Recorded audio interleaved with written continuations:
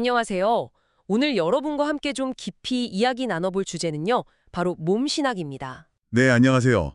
특히 그 로잔 운동에서 나온 문서를 바탕으로 해서요. 우리 몸을 어떻게 좀 긍정적이면서도 성경적으로 바라볼 수 있을지 그 핵심적인 7가지 요소를 살펴보려고 합니다. 맞아요.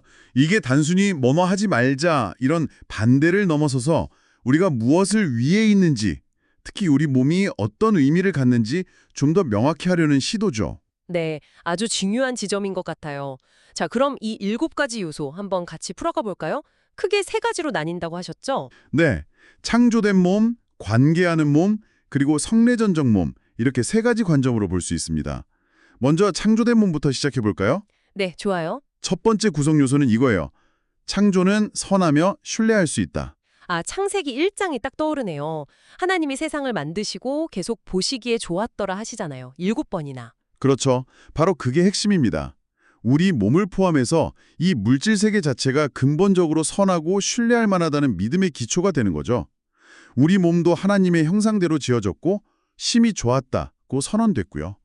생각해보면 고대의 몸을 되게 부정적으로 봤던 영지주의 같은 사상과는 완전히 다른 관점이돼요. 정확합니다.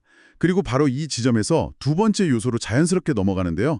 구성 요소 2, 우리의 육체는 영적인 신비를 가리키는 표지판이다 라는 겁니다. 표지판이요. 좀 더 설명해 주시겠어요? 그러니까 하나님께서 이미 아셨다는 거죠. 언젠가 그분의 아들이 인간의 몸으로 오실 것, 즉 성육신을요. 그래서 우리 몸을 그 엄청난 계시를 담기에 완벽한 그릇으로 디자인하셨다는 거예요. 아, 성육신을 미리 염두에 두시고 몸을 만드셨다. 네. 히브리서 10장 5절 보면 예수님께서 주께서 나를 위하여 한 몸을 예비하셨도다 이렇게 말씀하시는 것처럼요. 사실 우리가 은혜를 받는 통로들도 다 몸이잖아요. 설교 듣는 귀, 세례 받는 몸, 성찬 받는 손과 입, 말씀 읽는 눈, 전부 다요. 듣고 보니 정말 그러네요. 우리 몸 없이는 신앙생활 자체가 불가능하군요. 그럼 다음 관점인 관계하는 몸으로 넘어가 볼까요? 좋습니다. 세 번째 구성 요소는 결혼은 그리스도와 교회의 더 큰 신비를 가리킨다는 점입니다. 아, 에베소서 5장 말씀이죠. 네, 맞아요. 32절에 나오죠. 결혼이 단순히 사회적인 합의나 기능적인 결합 이런 차원을 넘어선다는 거예요. 그리스도와 그분의 백성, 즉 교회 사이의 그 깊은 언약적인 사랑을 보여주는 살아있는 상징이라는 거죠. 그냥 둘만의 약속이 아니라 훨씬 더 큰 그림이 있군요. 그렇죠. 성경을 보면 결혼의 여러 측면들, 예를 들어 둘이 한 육체가 될지니 하는 연합적 측면, 생육하고 번성하라 라는 출산적 측면, 또 남자와 여자라는 이원적 측면, 그리고 그리스도의 희생을 떠올리게 하는 헌신적 측면까지 다 이야기하잖아요. 이게 다 그 큰 그림을 보여주는 거죠. 그럼 결혼에서 자연스럽게 이어지는 자녀 출산은 또 어떤 의미가 있을까요? 네, 그게 바로 구성 요소 4. 자녀 출산은 삼위일체의 신비를 가리킨다는 내용으로 연결됩니다. 삼위일체요? 그건 좀 더 설명이 필요할 것 같은데요. 남성과 여성이 생명을 낳는 것을 통해 사실상 하나님의 창조 사역에 동참하는 거잖아요. 네, 그렇죠. 그리고 그 결과로 하나님의 형상을 지닌 새로운 존재, 아이가 태어나죠. 이렇게 아버지, 어머니, 자녀로 이루어진 가족 공동체가 성부, 성자, 성령이라는 그 삼위일체 영하님의 내적인 관계, 그 공동체를 어렴풋이나마 보여준다는 거예요. 와, 가족이라는 단위에 그런 깊은 의미가 있었군요. 네. 그리고 또 하나 흥미로운 점은 자녀를 양육하는 과정 자체가 우리를 거룩하게 만든다는 거예요. 아우구스티누스가 말한 자기 안으로 구부러진 마음, 그러니까 자기 중심성에서 벗어나서 타인, 즉 자녀를 위해 끊임없이 자기를 내어주게 되잖아요. 그 과정이 우리를 성화시키는 거죠. 아, 정말 그렇겠네요.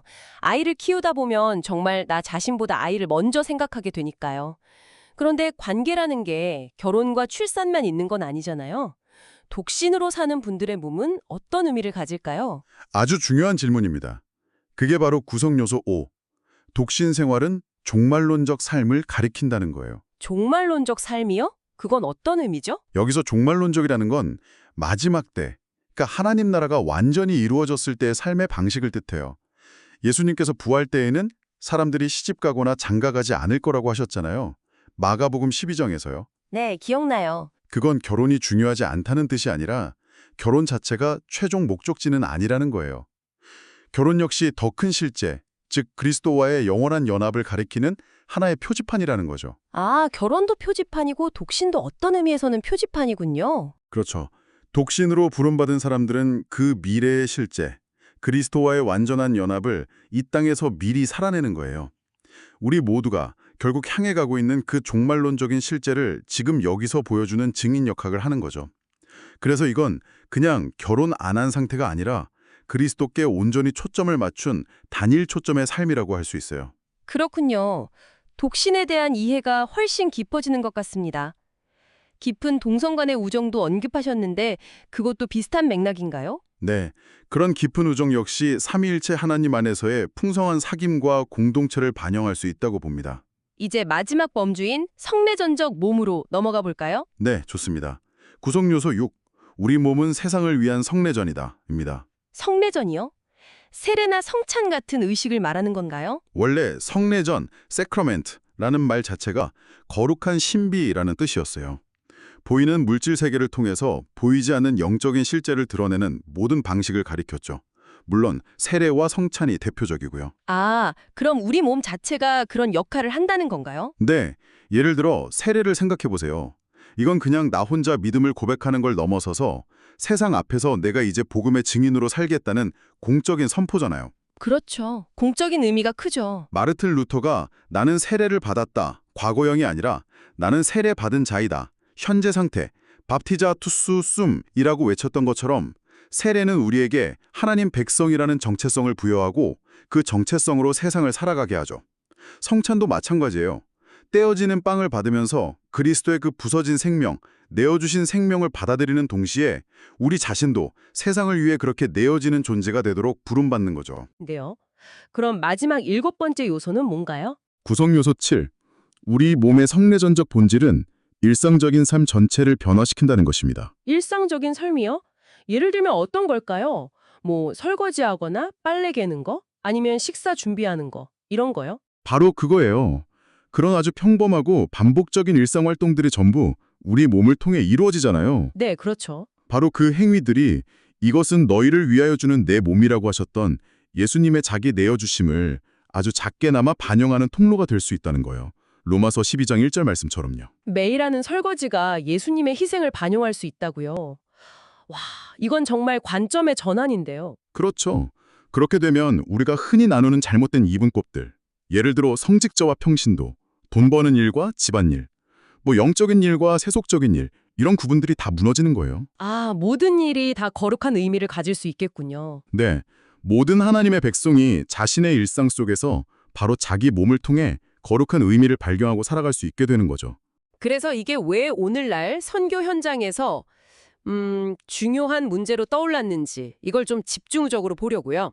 자료에서는 선교의 본질이 결국 메시지를 전하는 사람들의 삶 속에서 구체화되는 거라고 강조하잖아요. 네. 이 구체화, 그러니까 우리 신앙이 머릿속 생각에만 머무는 게 아니라 실제 우리 몸으로 살아내고 표현되는 것. 이게 왜 선교의 핵심일까요? 네, 바로 그 지점이 이제 첫 번째 중요한 선교적 함의랑 연결됩니다. 하나님의 선교는 본질적으로 구체화된 메시지라는 거죠. 그러니까 복음을 전한다는 게 단순히 정보나 교리를 이렇게 쭉 전달하는 그런 행위가 아니라는 거예요. 우리 몸을 통해서 이미 변화된 삶의 방식을 통해서 보여주는 사건이라는 겁니다. 아, 사건이다. 그래서 우리 자신에 대한 올바른 이해, 그러니까 건강한 인간론 위에 딱 서야 한다는 뜻입니다. 아, 그 말씀 들어보니까 우리가 흔히 믿음은 마음의 문제지 이렇게 생각하는 거랑은 좀 결이 다른 것 같아요. 단순히 머리로 동의하는 걸 넘어서 진짜 삶으로 살아내는 게 진짜 메시지다. 이런 말씀이시네요. 맞습니다. 네. 근데 또 이런 지적도 있었어요. 계몽주의 이후에 신앙이 점점 개인적인 영역, 사적인 영역으로 밀려나고 공적인 영역에서는 힘을 잃었다는 거예요.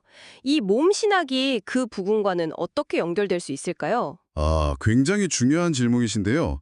그게 바로 두 번째 선교적 함의, 하나님의 선교는 공적이다 라는 점으로 이어집니다. 복음이라는 게 단순히 개인의 영혼 구원에만 머무는 게 아니거든요. 우리가 몸담고 살아가는 이 공적인 세상과 아주 깊숙이 관련되어 있다는 거죠. 공적인 세상과. 네. 마태복음 28장의 그 지상대위 임명도 보면 그냥 개인을 회심시켜라 이걸 넘어서 모든 민족, 에트네, 그러니까 모든 문화와 사회 집단을 제자 삼으라고 하시잖아요. 그렇죠. 이건 각 문화의 고유한 삶의 방식 속에서 그리스도의 주대심이 이렇게 가시적으로 눈에 보이게 드러나야 한다는 뜻이에요. 그리고 이건 우리가 몸을 가진 존재로서 구체적인 문화 속에서 살아간다는 사실을 존중하고 인정할 때만 가능한 거죠. 선교라는 게 개인적인 차원을 훌쩍 넘어서 정말 사회와 문화 전체를 향하는 것이라는 점. 그리고 그 중심에 몸으로 살아가는 우리가 있다는 게 좀 새롭게 다가오는데요. 네, 그렇죠. 그렇다면 오늘날 이 몸과 관련해서 선교가 부딪히는 구체적인 어려움이나 장벽 같은 건 뭐가 있을까요? 그게 이제 세 번째 함의인데요. 하나님의 선교는 몸과 관련된 장벽에 직면한다는 점입니다. 특히 요즘 성이나 젠더, 생명윤리 이런 몸이랑 관련된 아주 첨예한 논쟁들이 많잖아요. 네, 정말 많죠. 이런 상황에서 교회가 자칫 특정 입장이나 집단에 대해서 그냥 반대만 하는 모습으로 비춰지기 쉽다는 거죠.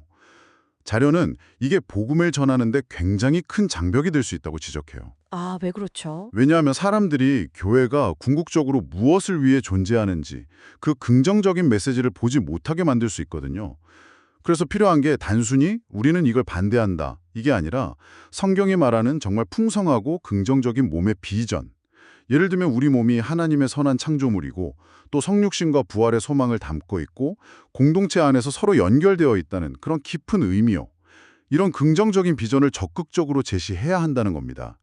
이게 부족하면 세상은 기독교를 그저 또 하나의 편협한 주장으로 치부해버릴 수 있다는 거죠. 그렇군요. 단순히 안 돼라고만 말하는 걸 넘어서 인간의 몸에 대한 기독교의 그 깊고 긍정적인 이야기를 세상에 잘 들려줘야 한다. 이런 말씀이시네요. 네, 바로 그겁니다.